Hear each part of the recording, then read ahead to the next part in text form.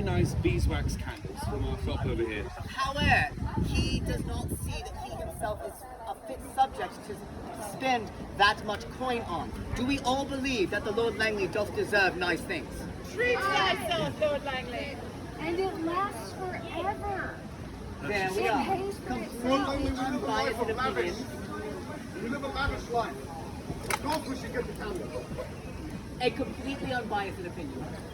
Very well. You burn them at thine own The expense. people have spoken. You are the preeminent example of a candle waster. How can you be a candle waster without candles? Yes. Because I have people who usually buy them for me. I don't buy things for myself directly. Do it. Do it! Do it. Do it. Do it. Do it. I tell you so. Excellent. To the ship. Excellent. Wondrous well. What time are we at now? We're close. I believe that we are close enough, yes. My lords and ladies, welcome to today's History, Customs and Manners show. We have something a little different for you today. Yes, my lady. Oh no, I'm waving to my aunt. I'm sorry. I'm trying to get my aunt's attention. That is perfectly all right. Is she over there? Yes. And Auntie, Aunt. D. Her name's D. What's her name? D. Aunt D. Aunt D. Auntie. I guess. Over here. Sorry. Not to just. So We enjoy yelling at people. as I was saying, today we're going to be doing something a little different.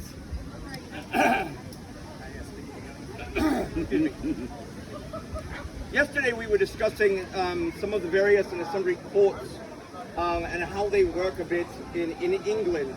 And one of the discussions was on a court known as Star Chamber.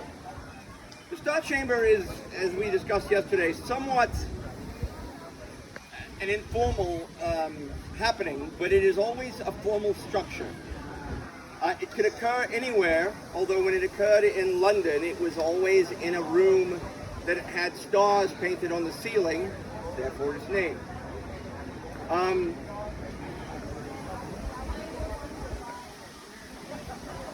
It was often used, the structure of it was often used when dealing with things even outside of the normal happenings of Star Chamber. In this particular case, there has been a crime, we believe, committed, and normally we would call the members of that the Star Chamber law requires together. We would gather in a private room, perhaps in a tavern, perhaps the Cross Keys, and we would call our witnesses and discuss it in private and then make a decision. But we decided instead to show the King's justice and to open this up to you. It's a bit different because in this particular case we are talking about a murder charge. But we are not here to try someone for murder. What we are trying to determine is there enough evidence to send them to London to face charges of murder? So in your day, you would consider this to be the grand jury, so to speak. And some people would call it a kangaroo grand jury. But this is how our law works in this time, often utilized to the purpose of what we are trying to accomplish. For this, I have asked and gathered, according to the rules of Star Chamber, where appropriate, we need 2 lords spiritual. For that, we have introduced yourself to them. I am Dame Agnes Jordan, the Mother Abbess of Sion Abbey and Monastery. And also, because no priest wanted to be associated with this, we are also have as our Lord spiritual, because he's taken holy orders, believe it or not, our Master of Revels. Sir Henry Guildford, Master of the Revels and Knight. We also have our Lord's temporal. I am Thomas Howard, the Duke of Norfolk, and on my left, Sir Charles Brandon, Duke of Suffolk. then of course we have our two common representatives. Simon Stonegrave, physic to the village of Scarborough.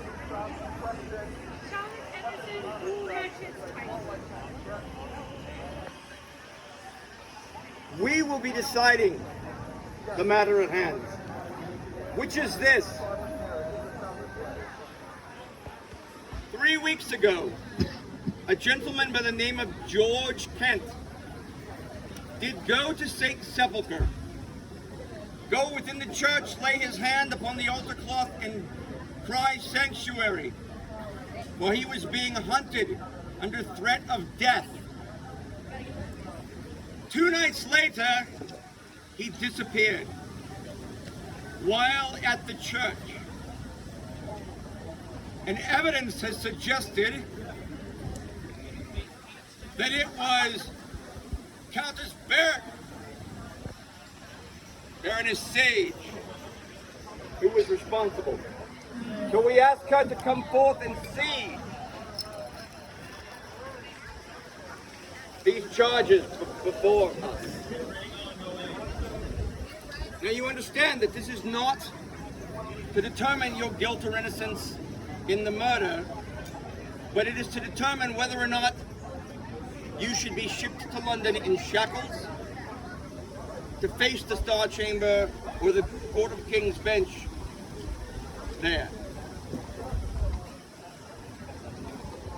So, the first we became aware of this, I will call as our first witness one of our common justices, Master Stonegrave, who did see the Countess Sage on the night in question. Yes, indeed. I were at St. Sepulchre, for my family doth live within the church grounds. 'Tis the grounds that my family doth keep for attending to all of our mortuary business. And upon that night, as our good grace did say, 2 nights after the Master Kent did cry for sanctuary, I did see Countess Berwick within the grounds of St. Sepulchre itself. I cannot say for certain, for I did not see her remove him from the grounds. However, it is my speculation that he may well have done so. Indeed. We also have another witness who would like to come forward.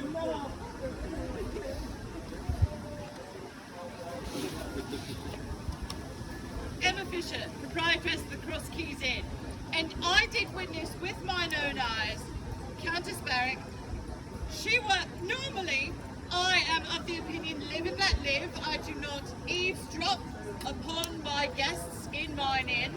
However, the Countess Berwick were in very deep and civil discussion with her son, Master Sage, which did raise my knuckles because they are not wondrous family.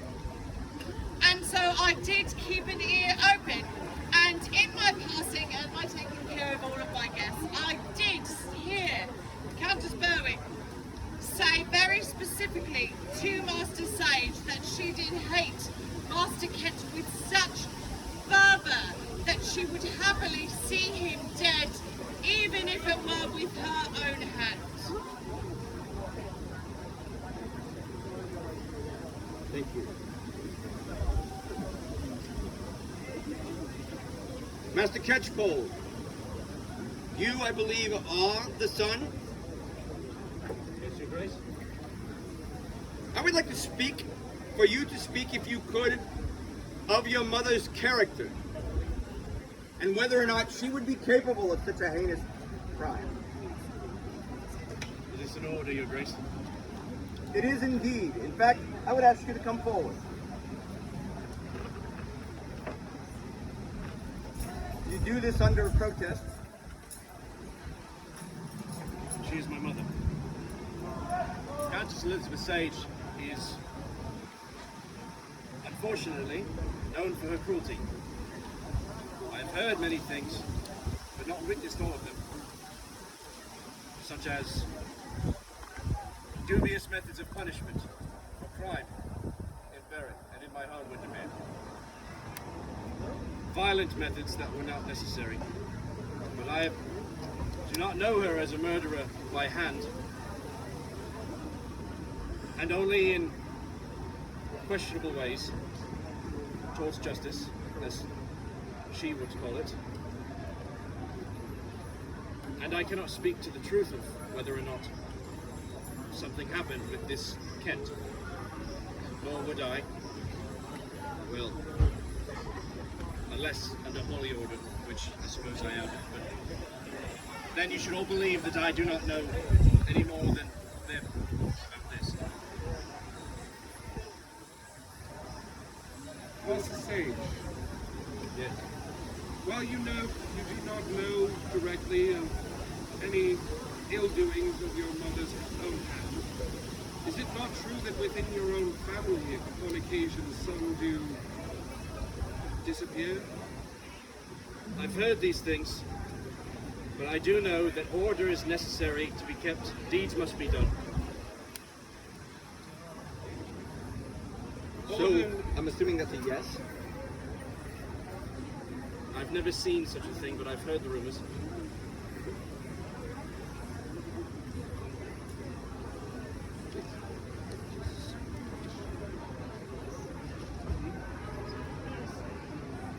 So, does anyone have any questions of any of our other witnesses? My dear,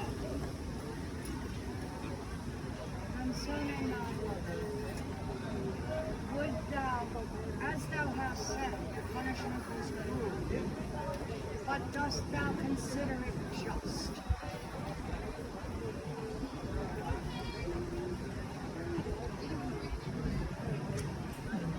The charge was treason and the man was boiled alive. So, I'm not one to speak on the dispensation of justice, personally. That is not my domain. It was ordered, so I hear.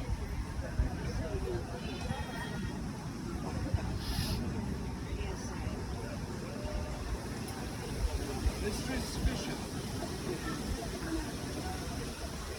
how long had the Sages been present in the Cross Keys that evening? They were there an inordinate amount of time, my lord. Normally it is a quick glass of wine and then off to do whatever it is they do. However, they did dive. They were there for at least 2 hours. And we all know that the Countess Sage does often hold her composure very well. Was she in any notable distress or agitation during the time? She was very full of movements. Even though she was at rest at the table, there was very much movement and fidgeting and fussing and maybe getting some schmuck. We were discussing family issues. I'm sorry. Did I interrupt thee? No, Mistress Fisher. Thank thee, Master Sage. And she was not her very cool and collected normal self. She had worked herself quite a further. And while she did make statements, are we not all guilty at times of making statements that we would not carry through on when we are in agitation and yet in a place that we feel we are secure? Absolutely. I have threatened many, many, many people to stab them in the face before, and I have stabbed surprisingly few of said people in the face.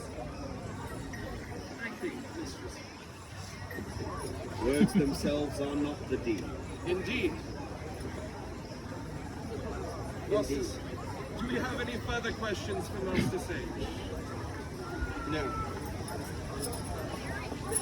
I think we held the poor man in chaos for long enough. Should we allow the accused to speak? Yes. I would hear from her own lips what her story is. Mistress Sage, pardon me. Countess Berwick, please forgive my slip. My version of these events. I'm not a likable person because I run a family that has business here and elsewhere. And working for my family requires a certain amount of duty and honesty. If you break that, there is a pay that you must make. In this instance, there was a man who has henceforth disappeared. He did a grievous act many years ago against my family, that were my husband still here, he would have spake the words and done the deed that I am accused of. For the man betrayed our family and got a lot of us killed. And we speak upon thy own selves, the Rough Riders that had rode forth in our village and laid it to waste. Yes, I wanted him deceased. He deserved it. But I did not make him disappear. But I am glad that he is indeed gone. Perhaps he won't show himself again, and he shouldn't. And that is my version of these events. Countess Sage, as one who sits in the name of the church in this council, I have but one question for thee. Wouldst thou willingly defile the house of God? I would not. And if I may attest to that myself. For she is above any such low deed as this you say. You do think it's so? I truly believe that she would dare defile the holy grounds of the church. And I am of the Mother Abbess's opinion as well. Countess Sage, Countess Berwick, is capable of many things, and this I know well. But that is a line she would never cross.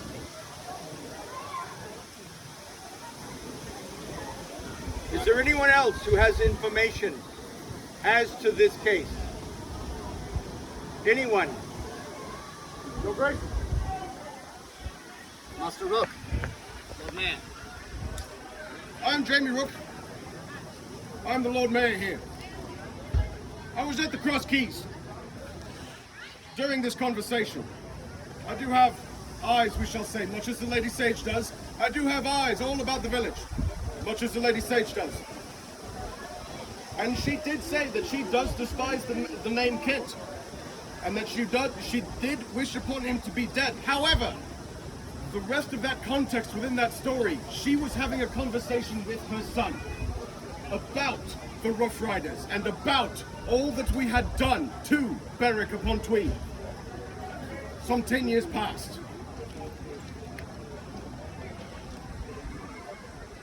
Those grievances are old wounds, and they reappear in the heat of the moment, hence the fidgeting as well. And I fully believe that Lady Sage is a very smart individual, and she is not a fool enough to defile St. Sepulchre's in that fashion. It is my promise to this village that I do justice where justice to be had.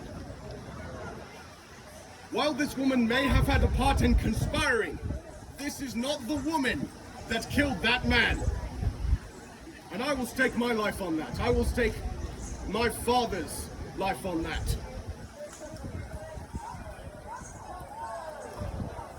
Thank you for your work.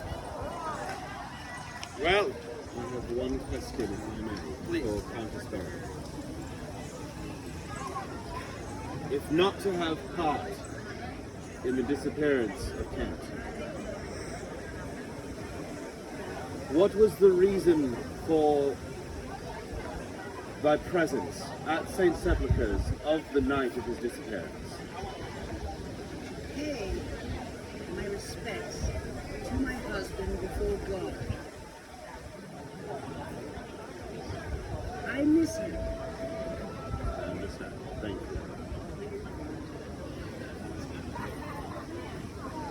may attest to this, for I myself did hear her confession and her sorrow for losing her husband. And it was myself that suggested she go pray.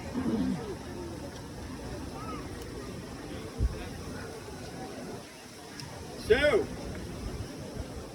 I thought we would be locking her up at this point. What say you? Should she visit to London or not?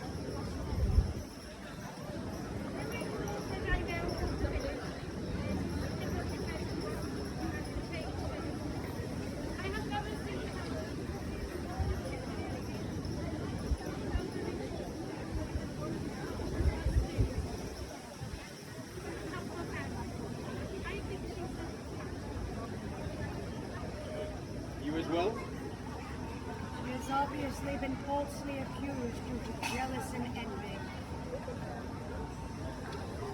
I cannot uphold any guilty verdict. There is no substantial evidence to point toward guilt, but there is substantial evidence to point towards the misunderstanding of pain. And even in attempting to move past and rebuild a life, tragedy still follows. Your Grace?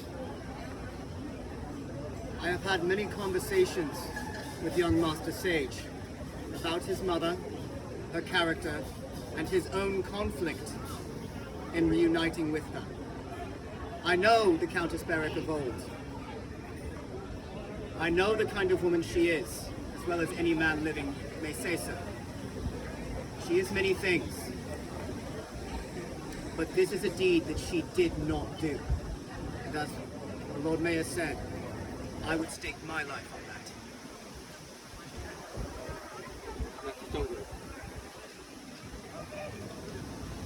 Given the testimonies that we have heard upon this day,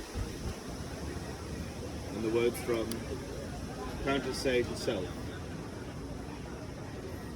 I do not believe that he had part in the disappearance and murder of Kent. And thus I will make it unanimous. I do not think so as well. Countess Berwick, you are free of all charges and free to go about your business. Gramercy to all.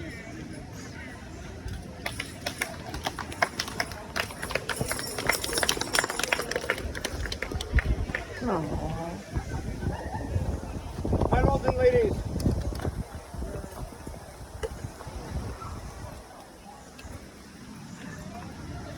not nearly as formal a structure as you would normally see before King's Bench. But this is a very good example of how many things were decided behind closed doors. Do we have any questions, comments? Did anybody find a body?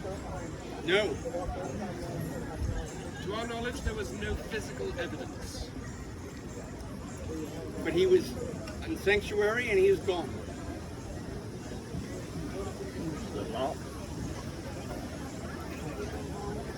Mistress Fisher, yes. I'm more curious why Countess Berwick would be attending, or would be going to confess at St. Sepulchre when she got the 10th St. Mary. There is a very common aspect within villages with multiple churches to pay respect at a shrine or altar in every parish.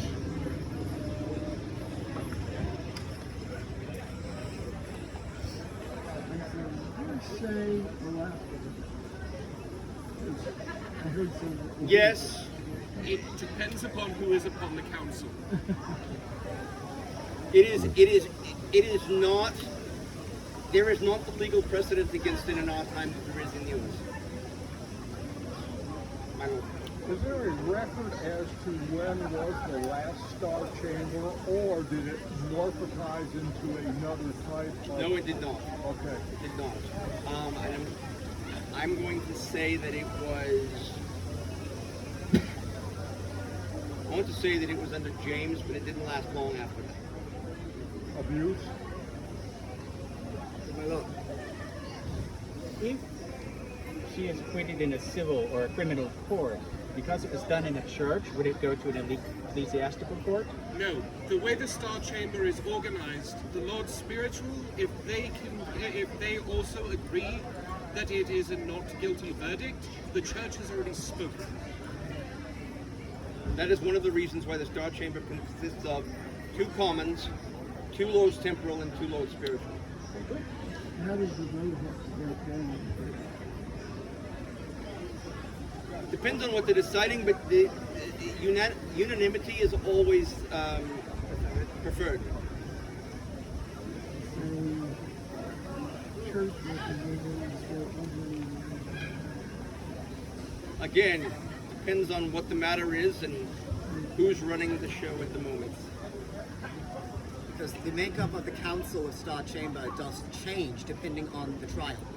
It is not always the Lord Norfolk and myself. It may be someone else sitting as the Lord's Temporal. The king often sits. Aye.